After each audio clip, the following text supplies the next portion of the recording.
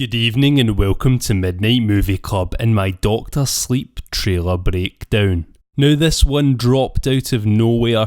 I had absolutely no idea that this was coming today. I was just expecting maybe more midsummer news, nothing too big, but man am I happy to see this, but apologies for being a few hours late. Before we get into the breakdown, I just want to make you all aware that I do have a Doctor Sleep playlist and you should check it out for everything you need to know on the film. Also, there will be spoilers ahead for the book and probably the film, as I will go into detail about explaining a few of the shots. Anyway, without further ado, let's get into it. So straight away the trailer kicks off with hello and a smiley face written on the chalkboard in Dan's room.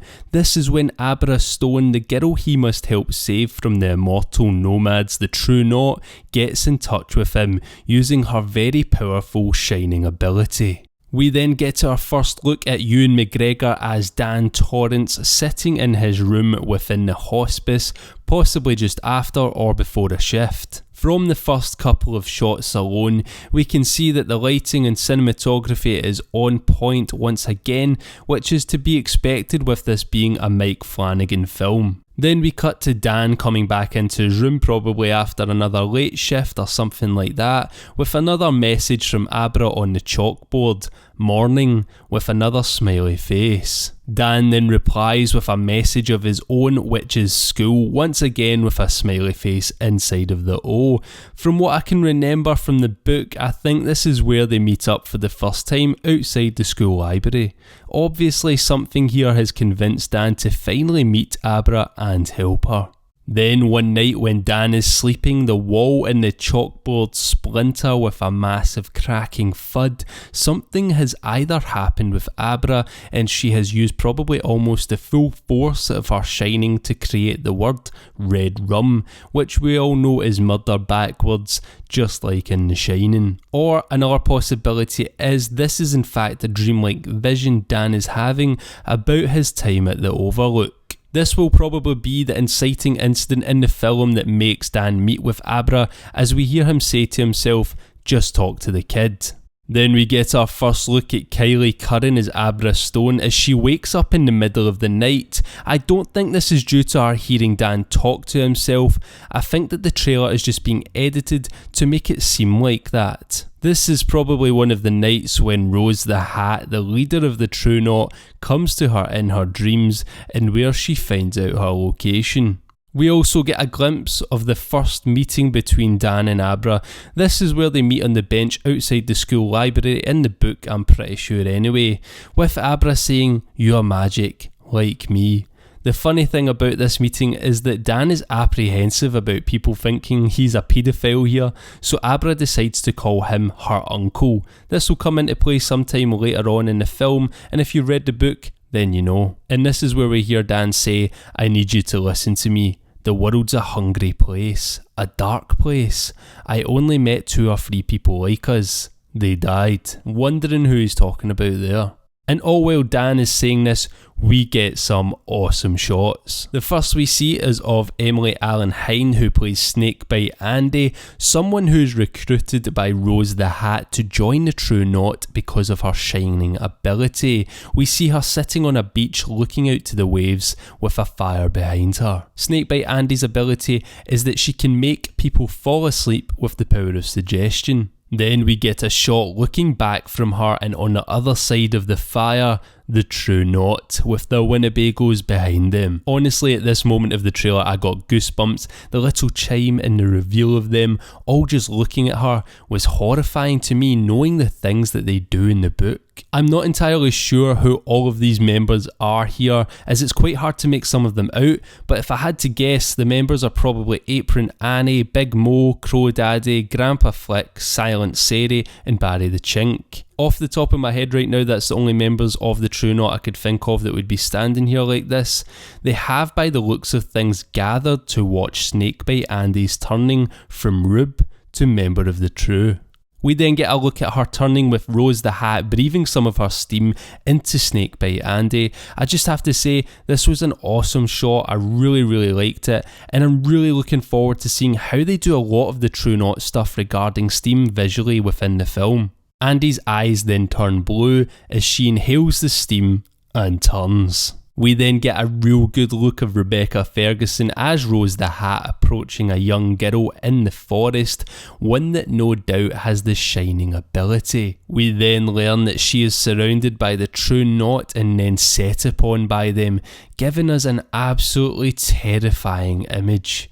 I really do wonder how much detail they will go into with what the True Noir do to these kids. If it's anything like the book, it will be hard to watch. Anyway, moving on and back to Dan's voiceover, he then says, "When I was a kid, I bumped into these things." Dan here is obviously talking about the ghosts of the Overlook and others that plagued his childhood. This is also where we first see The Shining's proper connection and get a confirmation that this will be a sequel to Kubrick's film. I'm really happy with it being a sequel to Kubrick's adaptation, but Kubrick's was so different from the book The Shining, it makes me wonder how they will handle it. There are certain moments and things that aren't possible in the Dr. Sleep adaptation now that it is following the canon of Kubrick's film, but I really do hope that they bridge the gap well though, and that this is a great sequel to the film that Kubrick made and a great adaptation of Stephen King's book.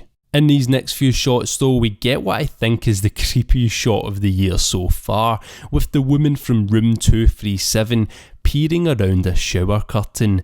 This shot made my spine tingle. It was horrible, but it was beautiful. I wonder if this shot is near the start of the film when Dan is still a boy living with his mum, as we know Alex Assault has been cast to play Wendy Torrance. It makes me wonder if this is when they are living with each other and the ghost of Lorraine Massey still haunts Danny in the toilet before he learns how to make lock boxes in his head, locking the bad spirits away. Moving on now though, and Dan tells Abra, "I don't know about magic, I always called it The Shining," before we get the classic shot of the blood pouring from the Overlook's lifts. After this we get a shot of someone who I am pretty sure is Rose the Hat in a supermarket, possibly a vision of one, when she is starting to track down Abra. I remember from the book one of their telepathic battles takes place while Rose the Hat is in a supermarket and Abra is in her room. I really liked this shot and how it looked like Rose was floating down the aisle instead of walking, was really sinister and just really cool. Then this next shot is haunting. Book fans will know what this means, and everyone else just prepare yourself. This is Baseball Boy, the one who really starts it all. We then get a nice little moment of Dan and Abra bonding. I believe this is when they're planning for getting back at the True. After this we get a look at what could be another very hard scene to watch during the film. Dan and one of his mates listening to Abra going to an industrial park and digging up the remains of a child that the True have killed for their steam. Then we get another creepy shot, this time of who I believe could be either Snakebite Andy, Wendy Torrance, or a woman called Deanie. It's just hard to make out who exactly it is from the makeup, but the makeup effects here are looking awesome. It is either Snakebite Andy who is cycling before she dies. For those of you who don't know, before the True die, the True Noir cycle, and this is where their skin becomes sort of transparent for periods of time as they start to disappear. Eventually, all that is left is their clothes and nothing of their body. This could be Snakebite Andy cycling, or it could be Dan having a vision about his dead mum, or a lady named Deanie from his past who factors in with her child. It'll be interesting to see if they explore that within this film. Next we get another shot of Snakebite Andy, and whom I believe is Crow Daddy behind her, leaving the cinema. This is just before Snakebite Andy meets the True Noir and becomes one of them. Crow Daddy has been keeping an eye on her and seeing her ability in person before introducing her to Rose. We then see Abra again with what looks like Rose's hand caressing her head, before a quick flash of the iconic Shining shot with the twins, which looks like it's been updated a little or imitated, just solidifying that this is indeed a sequel. Then we see a True Noir member with a syringe, obviously about to drug a kid to kidnap them. I believe this drug was meant for Abra, and this might well be Snakebite Andy or Silent Sadie walking into a trap by Dan and Abra to lure them in to jump them. The True needed to sedate Abra before they could take her, with how powerful her shining is. We then see Abra showing someone something and using her power on them, and this person here I believe to be her father or a character I am unaware of yet, but I think this would be her dad and her showing him something he needs to know to believe her. We then get a really cool shot of Rose the Hat screaming in a foggy wooded area with lights all around her. I'm guessing this is the True Noir's camp, maybe even the camp that they have up in Boulder near the Overlook Hotel. This might be the moment when she finds out a member of the True Noir has died, or from when Abra bests her in a psychic battle. We can see her eyes glowing similar to Andy's eyes earlier. The following shot after this, we then see Abra going crazy in her bed, so maybe this is during the Battle of Minds, or it could just be some clever editing and something else entirely. We are then brought back to Dan's room at the hospice, once again lovely lighting, cinematography and brilliant set design. The room then tilts before he goes flying down into the wall. I'm guessing this is him having a vision and being dragged back to the Overlook. As our final shots show us Dan returning to where it all began, the Overlook Hotel. Now I'm not too sure if this is a vision or the actual hotel, but I doubt they would have left it in this condition, but who knows, it could well be abandoned. But once again, it could be a dreamlike vision sequence. It does look like Dan is wearing the same clothes he was wearing when he slid into the wall that read Red Rum, so I do believe right now that this is a vision and that was the start of it. Let me know what you think in the comments. Anyway, all in all, I really liked this trailer. It was really well edited, had a creepy, unsettling tone and gave us enough but not too much to go off of for a while. Let me know in the comments what you made of the first trailer for Dr. Sleep. For me personally, I cannot wait for this film. As I said before, if you haven't already, check out my Dr. Sleep playlist. I have the True Noir Explained video that will give you all you need to know in them. But if there is anything you want me to do a video on regarding Dr. Sleep, then just ask. If you enjoyed this video, give it a like, and if you haven't already, then what are you doing? Subscribe to join the club. And as always, thank you very much for watching, and good night.